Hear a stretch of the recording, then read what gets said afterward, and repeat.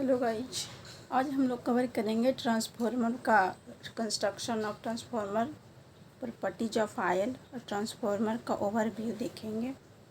Transformer का construct कैसे किया जाता है और उसमें आयल जो यूज़ किया जाता है उसका प्रॉपर्टीज क्या है और ट्रांसफार्मर का पूरा ओवरव्यू देखेंगे। ट्रांसफार्मर एक स्टैटिक डिवाइस है जो ट्रांसफ़र करता है इलेक्ट्रिकल एनर्जी को one circuit to another circuit करता है। ट्रांसफार्मर का एफिशिएंसी बहुत हाई होता है, हाईएस्ट होता है, क्योंकि इसमें लॉस कम होते हैं। लॉस इसलिए कम होते हैं कि इसमें स्टैटिक डिवाइस है, इसमें नहीं मैग्नेटिक लॉस होगा, नहीं स्पीड का कोई लॉस होगा, इसलिए इसका हाईएस्ट एफिशिएंसी होता है, लॉस इसका कम होता है। Static device which transfer electrical energy one circuit to another in the form of magnetic field using same frequency as source as well as load। Transformer का एक पॉइंट जो फ्रीक्वेंसी हमेशा इसका सेम रहता है। फ्रीक्वेंसी बिना चेंज किए हुए हम इलेक्ट्रिकल एनर्जी को one circuit to another circuit में चेंज करते हैं। It has highest efficiency among all the electrical machine. Electrical machine का जितना भी मशीन है, या सिंक्रोनस मशीन हो गया, इंडक्शन मशीन हो गया, डीसी मशीन हो गया, सबसे ज़्यादा एफिशिएंसी ट्रांसफार्मर का होता है, क्योंकि ट्रांसफार्मर एक स्टैटिक डिवाइस है, इसमें मैकेनिकल लॉसेस जीरो रहेंगे। It highest efficiency among all the electrical machine due to zero mechanical loss. ये पॉइंट जीरो मैकेनिकल लॉस होने के कारण इसका एफिशिएंसी हाईएस्ट होता है। 95 to 98% तक इसका एफिशिएंसी होता है। एक ट्रांसफार्मर है जिसमें हम सोर्स लगाकर वोल्टेज ले रहे हैं, एंड इसमें टर्न लगा, ये प्राइमरी वाइंडिंग है, ये सेकेंडरी वाइंडिंग है, ये लोड लगा हुआ है, ये इंड्यूस वोल्टेज है E1 और इंड्यूस वोल्टेज जो लोड का, एंड सबसे इसमें इम्पोर्टेंट टर्म फ्रिक्वेंसी सेम रहता है ट्रांसफार्मर में। ऑर्डिनरी ट्रांसफार्मर और ऑटो ट्रांसफार्मर में होता है। ऑटो ट्रांसफार्मर तो पढ़ेंगे बाद में, पहले ऑर्डिनरी ट्रांसफार्मर वर्क करता है प्रिंसिपल ऑफ म्यूचुअल इंडक्शन पे। इसका म्यूचुअल इंडक्शन पे ये काम करता है। इसका प्रिंसिपल है which is based on the electromagnetic conversion of energy. In this type of both the winding electrically isolated और मैग्नेटिकली कपल्ड। ये इसका जो दोनों वाइंडिंग है इसका इलेक्ट्रिकली आइसोलेटेड होता है और मैग्नेटिकली कपल होता है। आप इसमें देख सकते हैं कि इसमें इलेक्ट्रिकली यहाँ कनेक्टेड किए हैं बोथ वाइंडिंग, प्राइमरी वाइंडिंग और सेकेंडरी वाइंडिंग दोनों। ट्रांसफार्मर एक ऐसा डिवाइस है जिसको बिना फ्रिक्वेंसी चेंज किए हुए वोल्टेज को रिड्यूस या फिर इंक्रीज या कर सकते हैं, स्टेप डाउन या स्टेप अप कर सकते हैं, स्टेप अप या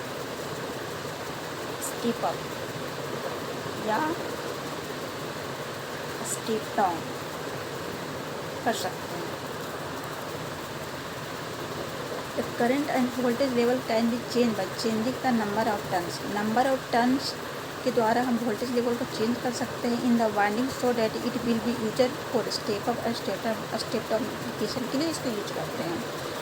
an electronic application transformer is used for isolation purpose and impedance matching. Electronic application में ट्रांसफार्मर का हम लोग यूज करते हैं आइसोलेशन पर्पस के लिए और इम्पीडेंस मैचिंग के लिए यूज करते हैं। आगे का पॉइंट है isolation transformer. It has turn ratio has unity and it will provide electrical isolation. Isolation transformer में टर्न रेशियो जो होता है उसका यूनिटी, जैसे कि N2/N1 इक्वल टू 1 हो जाता है, V1/V2 या V2/V1 equal to N2/N1 I2/I1। ये हम लोग आगे पढ़ेंगे।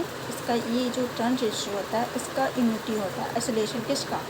आइसोलेशन ट्रांसफार्मर का। आइसोलेशन ट्रांसफार्मर का हम यूज कहाँ करते हैं? It is use to blocking of circulation of DC from one circuit to another.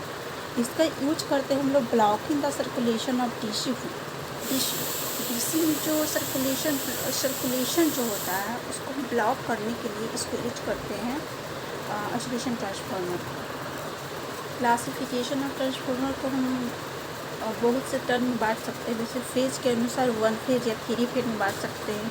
Construction के अनुसार कोर टाइप में, कंस्ट्रक्शन के अनुसार कोर टाइप में या सेल टाइप में बांट सकते हैं। यूज अभी करेंगे power transformer, distribution transformer. Power transformer हो या डिस्ट्रीब्यूशन ट्रांसफार्मर हो या कोर हो या सेल हो, आगे की क्लास में हम लोग पढ़ेंगे। अभी ओवरव्यू देख रहे हैं कि क्लासिफिकेशन ऑफ ट्रांसफार्मर को किस तरह से हम बांट सकते हैं, किसके अनुसार बांट सकते हैं। तो इसके अनुसार हम पावर ट्रांसफार्मर को बांट सकते हैं। डिस्ट्रीब्यूशन ट्रांसफार्मर को हम लोग कोर लॉस के अनुसार इसका रेटिंग करते हैं। एंड वाइंडिंग अनुसार वन वाइंडिंग हो गया, टू वाइंडिंग में करेंगे। वन वाइंडिंग में आ जाएगा ऑटो ट्रांसफार्मर में वन ही वाइंडिंग होता है, जो ऑटो ट्रांसफार्मर हो गया टू वाइंडिंग में। ऑर्डिनरी ट्रांसफार्मर जो हम लोग नेचुरल में या फिर बोले हम लोग नॉर्मल जो ऑर्डिनरी ट्रांसफार्मर पढ़ते हैं। ट्रांसफॉर्मेशन रेशियो के अनुसार अगर बांटे N2/N1 equal to V2/V1 equal to I2/I1, जो कि हम लोग अगले कक्षा में पढ़ेंगे।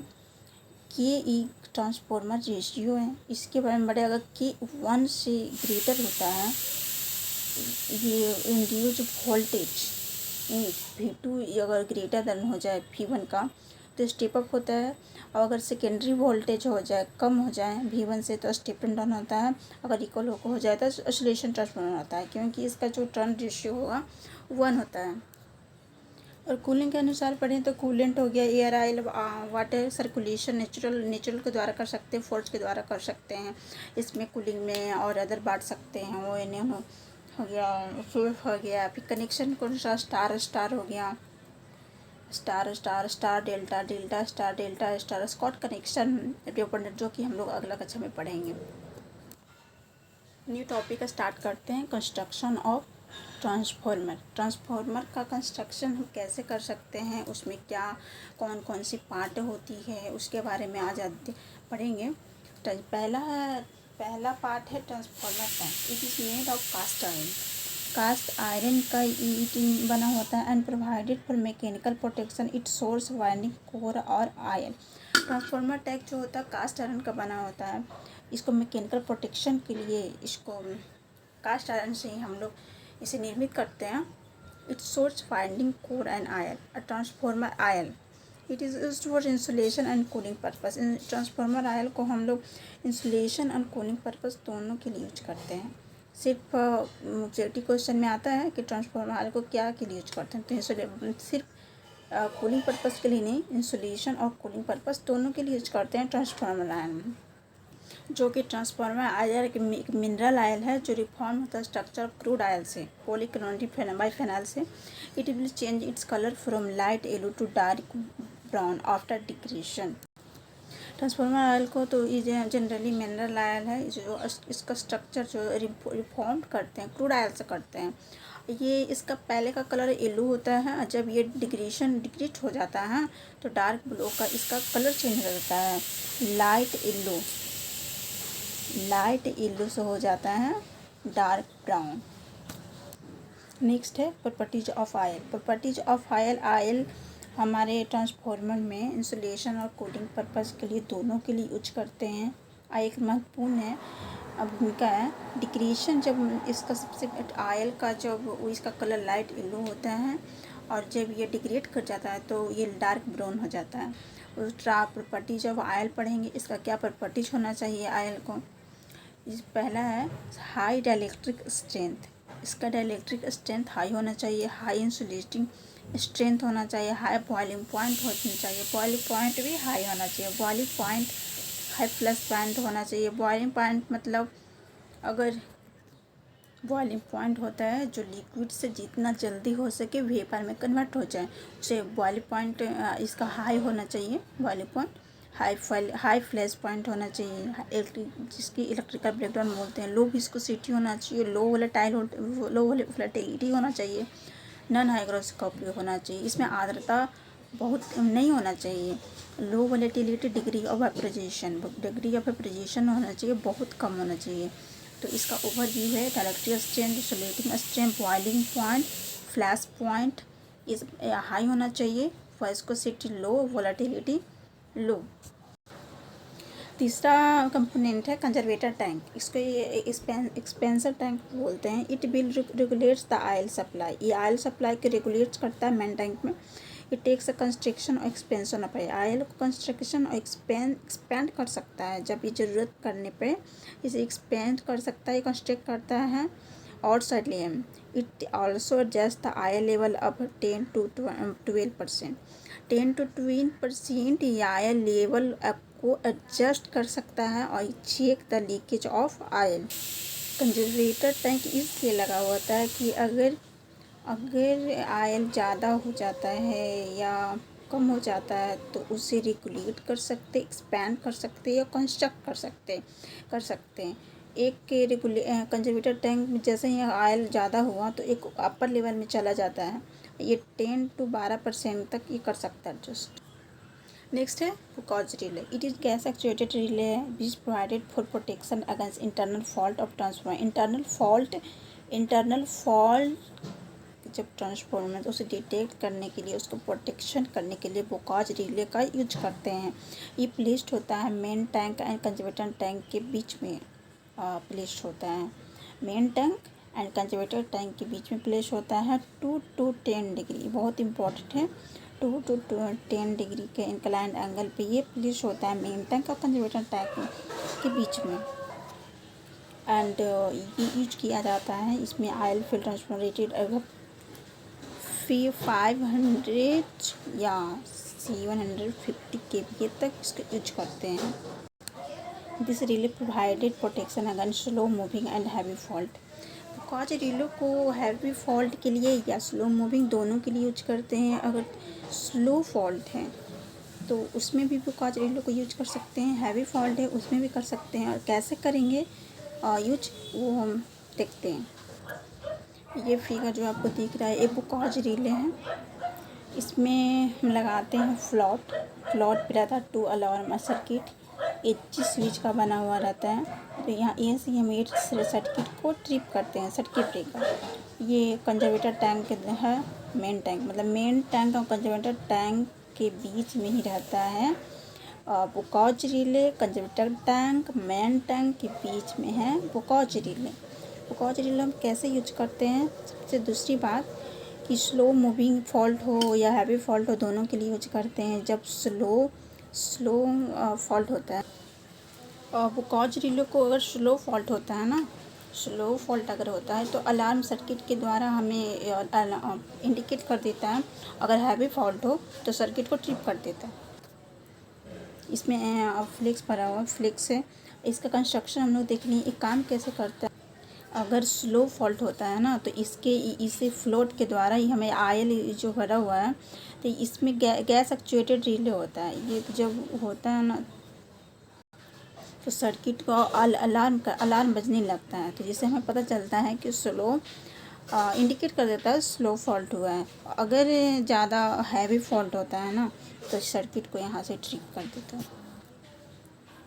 ब्रेथ स्लो मूविंग फॉल्ट अगर होता है तो अलार्म सर्किट यूज करते हैं, मतलब स्लो अलार्म सर्किट का अलार्म बजता है। हैवी फॉल्ट हो तो सर्किट को ट्रिप कर देगा और सर्किट को ट्रिप कर देगा, उसके बाद वहाँ से क्लोज हो जाएगा।